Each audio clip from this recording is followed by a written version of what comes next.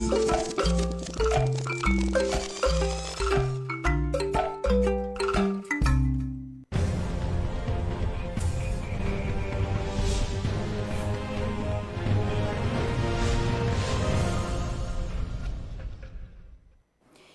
l'actualité de ce soir, vous entendrez le commissaire divisionnaire de police Boukari Traoré s'exprimer sur la célébration de la Journée internationale des droits de la femme le 8 mars.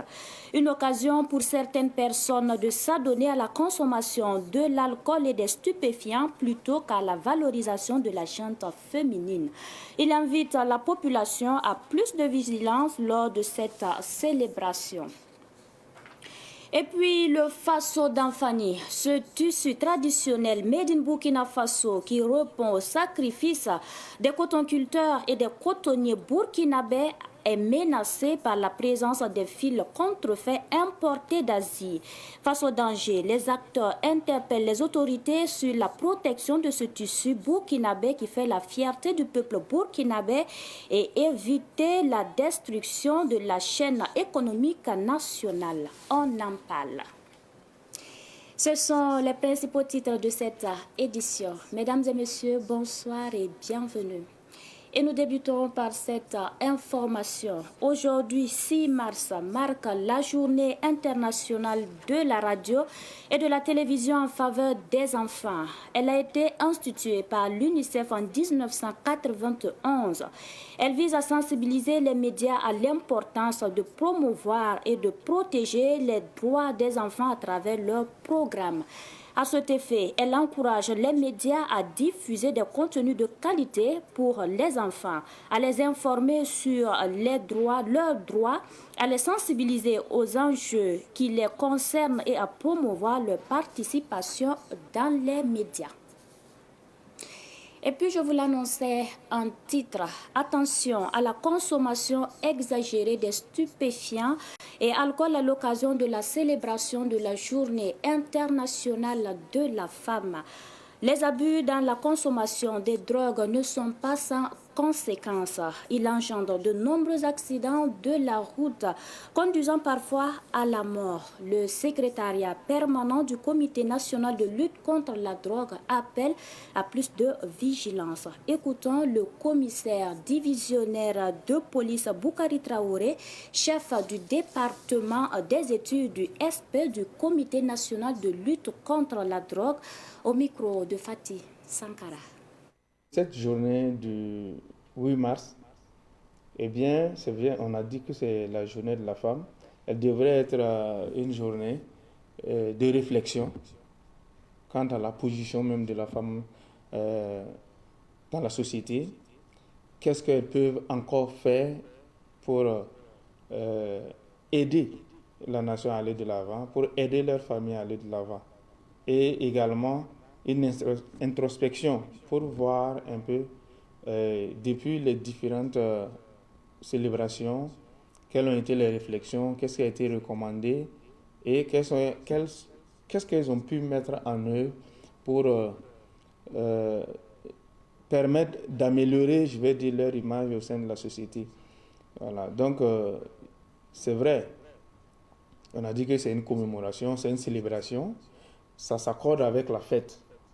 Mais je voudrais, en tout cas, demander à nos mamans, à nos sœurs, à nos filles, c'est bien, et bien de laisser exploser les joies, c'est bien de se lâcher un peu, mais il faut fêter dans la modération. Voilà, nous sommes le Comité national de lutte contre la drogue, et qui dit drogue parle de certaines substances eh bien, qui sont beaucoup utilisées lors des fêtes. Et donc, en cette circonstance, je voudrais inviter eh bien, nos femmes, nos épouses, nos mamans, nos sœurs, eh bien, à fêter avec modération. Pas d'exagération dans l'abus de certaines drogues, donc des alcools par exemple, pour ne pas citer des noms. Eh bien, il va falloir qu'on fasse attention et que cette journée qui devrait être une journée de réflexion ne finisse pas comme une journée, ne reste pas marquée comme une journée de drame, parce que l'alcool peut amener beaucoup de vices. Autre actualité pour poursuivre ce savant soir. Des étudiants de l'Institut international de management à la découverte de la grande chancellerie des ordres burkinabés. Ces étudiants, assoiffés de la connaissance des missions des institutions de leur pays, ont effectué ce matin une visite d'apprentissage dans les locaux de la grande chancellerie. Précision Germaine Farama. Ces étudiants de l'Institut international de management, en visite à la grande chancellerie des ordres burkinabés, ont été reçus par le patron des lieux, le grand chancelier Perednon Mazagré. Une visite au cours de laquelle ces étudiants ont été enseignés sur les missions premières de la grande chancellerie burkinabé. Venir à la grande chancellerie, je vois que nous sommes aujourd'hui dans un contexte où, comme on l'a dit, il faut connaître les valeurs de son propre pays pour pouvoir aider le pays également. Et c'est nécessaire pour nous aujourd'hui d'apprendre de toutes les différentes institutions du pays afin de pouvoir aussi apporter notre contribution. Moi personnellement, j'ai appris beaucoup de choses. Déjà, je ne savais pas que l'hymne national avait plusieurs vers au-delà de ce que nous savions déjà. Aujourd'hui, j'ai appris ça, j'ai appris beaucoup des décorations, des conditions pour être décoré. Et je pense que nous allons aussi travailler peut-être d'ici 3 ans pour également décorer si tout va bien. Ces étudiants dans les locaux de la grande chancellerie sont en première et deuxième année. Une visite qui leur a servi de cadre d'échange sur les différentes distinctions, mais aussi sur les symboles du pays. En venant ici, les étudiants nous permettent de remplir une de nos principales missions, qui est la promotion des symboles de l'État. Nous avons présenté 2 communications. La première a porté sur les ordres burkinabés. Alors, l'historique, les différents ordres d'aujourd'hui, comment on y accède et comment on peut en être déchu. Donc, il y a aussi les sanctions. Ensuite, la deuxième communication a porté sur les symboles de l'État qui sont au nombre de 4 d'après l'article 34 de la Constitution. Il s'agit d'abord de l'emblème.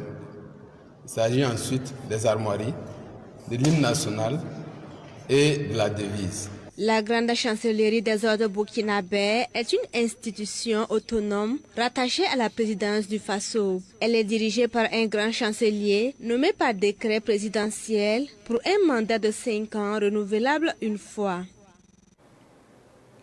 Et puis, la ville de Boromo, dans la région de la boucle du Mouroun, a répondu à l'appel du chef de l'État qui a sonné la mobilisation contre le terrorisme. Sur initiative du chef de canton, les populations ont contribué à hauteur de 3 millions de francs CFA qu'elles ont remises aux autorités administratives le week-end écoulé. Samuel Moko Atigdiwe.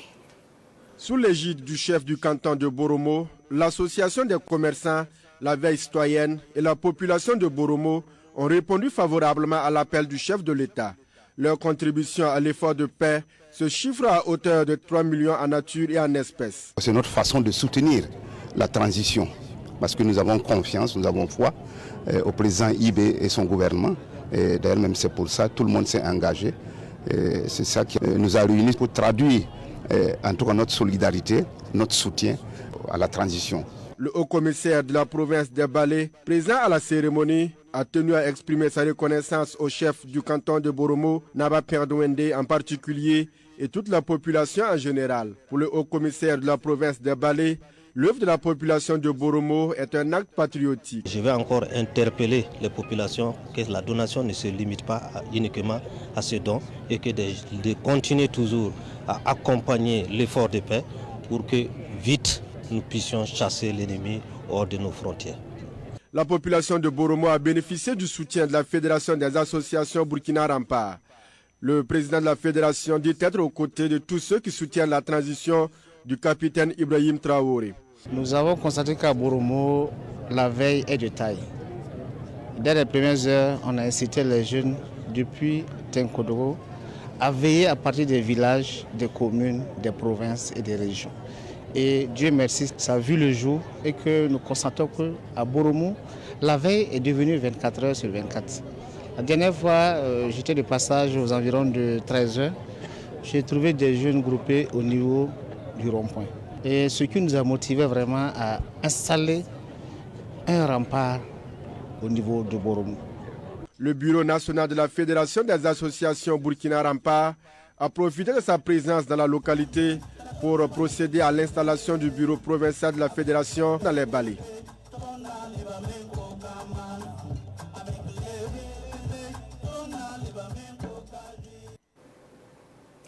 Les actionnaires de 5 monnaies ont trouvé un règlement à l'amiable du différend qui les oppose.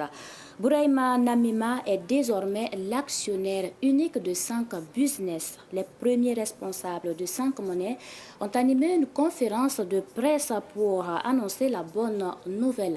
Précision toujours avec Samuel Moko.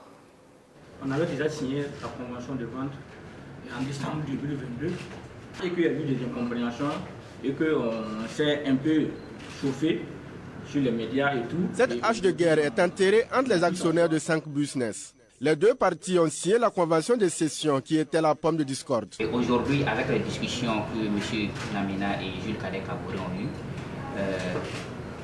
on a décidé de respecter cette convention-là. Donc il n'y a plus de problème. C'était la convention qui était le problème.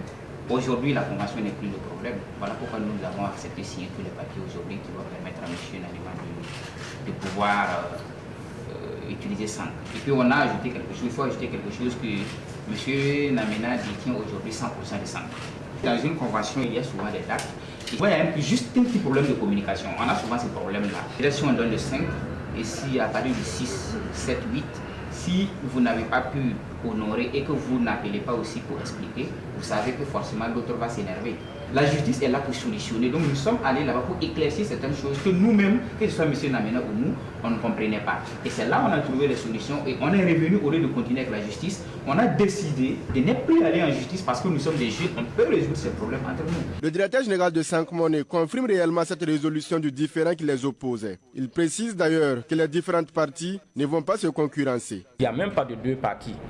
C'est des frères qui se sont mis ensemble pour travailler.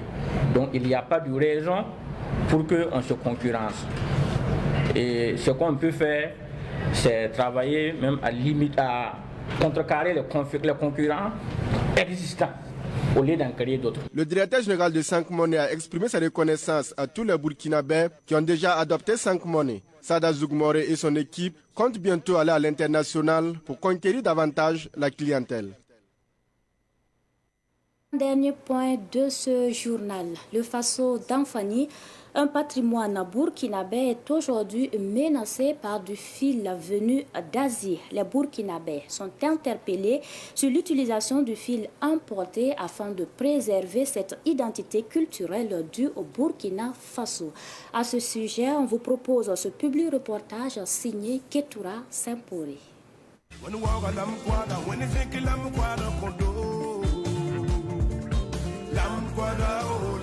Le Faso d'Anfani ou pain tissé de la patrie Ndjoula fait désormais partie du style vestimentaire des Burkinabés. Et cela après de longues années de lutte pour faire accepter cette culture vestimentaire à tous les Burkinabés. On parle ici de Faso d'Anfani, pain tissé avec un coton cultivé au Burkina Faso entièrement filié, teint puis tissé au Burkina et par des Burkinabés. Pour François Yameogo, alias François Ier, fervent défenseur du Faso d'Anfani, le Faso d'Anfani est un patrimoine national. Le Faso d'Anfani, c'est l'économie de Shell, c'est-à-dire le cotonculteur il gagne, les tisserands il gagnent, les filatures il gagnent, et les couturiers il gagnent. On travaille, on développe le pays et ça permet aux gens de vivre décemment. C'est très important, le Faso d'Anfani.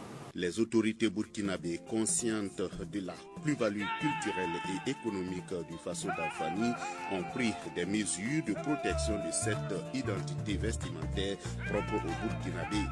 C'est ainsi que le Faso d'Anfani a été labellisé en 2019, signe de sa protection contre la contrefaçon. Malgré la bonne volonté de l'État, le bien triste constat est de voir que ce tissu est aujourd'hui concurrencé par du tissu confectionné à base de fils venus d'Asie et présenté comme du fil local. Il y a des fils ghanéens et puis les fils que les couturières utilisent Ça aussi, il y a d'autres personnes qui peuvent tisser avec ça aussi. Mais selon moi, c'est Burkina là que moi je préfère. J'ai fait le même constat. On a du fil qui vient ici, qu'on appelle fil ghanéen. En fait, l'origine même, c'est du fil chinois. Voilà. Et le fil, quand il vient ici, les gens achètent ça directement. C'est déjà teint. Ils achètent ça directement pour faire leur travail. C'est du fil venu d'Asie, transité par un pays voisin. Et ce fil n'est pas du coton, il est un peu synthétique parce que c'est fait par les industries là-bas. Or, au Burkina, pour chaque fil importé, il y a un cotonculteur, une entreprise comme la filature du Sahel Filsa, un teinturier et une tisseuse qui paient. Chaque fois, l'économie du Burkina en prend un coup. Si vous prenez le fil qui vient d'ailleurs, en ce moment, vous supprimez des emplois. C'est-à-dire que c'est de l'égoïsme. Vous tissez, mais vous supprimez les emplois de tous ceux qui font la teinture, qui ont été formés. Alors que la teinture aussi, c'est une filière, c'est une branche. Vous tuez le produit parce que vous allez tous se retrouver avec la même chose. Au niveau des teinturiers, on a mis des milliards pour former, et qui sont vraiment des professionnels dans la teinture. Aujourd'hui, n'ont plus de travail parce que c'est remplacé par ce fil. Et c'est danger, c'est pour notre économie. Nous, teinturiers, on fait de la créativité. On a fait des formations, ils ont formé des gens un peu partout qui font ce travail-là. Aujourd'hui, il y a du fil qui vient de l'extérieur, qui vient gâter tout ce travail-là. Donc, c'est un problème d'emploi, un problème de formation, de l'argent qu'on a mis pour former des gens et ça ne va pas servir à grand-chose. Le tissu venu de Chine est une parfaite usurpation du faso d'Anfani, si bien que les Burkinabés n'arrivent pas à faire la différence entre le vrai et le faux. Ils font venir du fil comme ça, des fils un peu, des grosses bobines de fil, en disant que c'est pour les couturiers, c'est pour la mercerie. Et puis c'est détourné maintenant pour aller donner aux femmes pour tisser. Et ces fils-là, vous voyez bien ces fils. Vous voyez, ces fils-là, c'est pas du coton. Vous voyez, et regardez, au toucher même, c'est sec.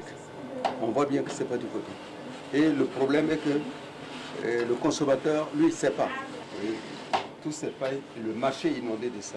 On voit même des hauts cadres, des responsables, des ministres même, qui portent ces habits-là. Mais bon, ils ne savent pas que c'est pas du faso d'Anfani. La grande différence, c'est la création. On fait des mélanges de couleurs, on essaie de créer des trucs qui sortent de l'ordinaire, comme je l'ai dit. On donne un goût au client. Et quand le client voit vraiment ça l'intéresse, ça lui plaît. La différence entre les deux tissus est que le tissu ghanéen est en nylon. Quand tu le portes, ça te donne des bouffées de chaleur. Ce qui est tout le contraire du tissu burkinabé, qui est plutôt confortable. Si d'aucuns accusent la FILSA pour la non-disponibilité du fil et son prix élevé quand il est sur le marché, pour les autres, ce n'est pas une raison pour basculer dans la contrefaçon. Tu veux faire un paille là, tu pars acheter les fils. Un coûte 7500. Si tu veux 4, ça va te faire combien? Et maintenant, si quelqu'un vient pour acheter, tu dis le prix, d'autres crient que c'est cher. Oh, pourtant, nous aussi, on ne gagne pas le fil là moins cher. Le fil là, c'est très cher. Tu vas acheter le fil là, c'est des teintures. Ah, c'est pas facile aussi. C'est pas aussi cher que ça, mais quand vous regardez ce fil même qui vient d'ailleurs, les pains qu'elle vend, c'est plus cher que le pain faso d'Anfani. C'est des businessmen, des commerçants qui ça les permet de se sucrer, de faire venir de ce fil-là et se faire de l'argent. Au niveau de disponibilité du fil, je suis désolé, on a l'usine qui fait le fil. Il suffit seulement qu'on revoie la distribution. Le faso d'Anfani est fabriqué dans toutes les régions du Burkina Faso. Les motifs ainsi que leur signification varient d'une zone à l'autre. Par ailleurs, l'artisanat textile joue un rôle important dans la création d'emplois au profit des jeunes. Au-delà de l'aspect culturel et économique porté, le faso d'Anfani est aussi un acte politique. Ce pagne qui a traversé des générations, mis sur orbite par le président Thomas Sankara, est désormais uniforme scolaire et toge des enseignants d'université et des chercheurs du CNRST. Des décisions prises par le pouvoir actuel pour la pérennité du pagne local, commerçants et tisseuses utilisant le fil et le faso d'Anfani importé ainsi que les autorités sont interpellées. Il faut qu'on utilise ce qui vient de notre pays et puis laisser ce qui vient d'autres pays. Puisque ce qui vient d'autres pays, les avantages c'est à eux, ça nous emporte à rien. Mais si nous utilisons ce qui vient de notre pays, je pense que l'avantage reste dans notre pays. Je veux demander aux tisseuses de revenir à l'utilisation du fil burkinabé pour éviter la fermeture de la filsa. À la filsa aussi de disponibiliser le fil à volonté. Comme ça, à notre niveau, nous saurons comment sensibiliser les femmes. Nous demandons aussi qu'ils revoient le prix du fil à la baisse.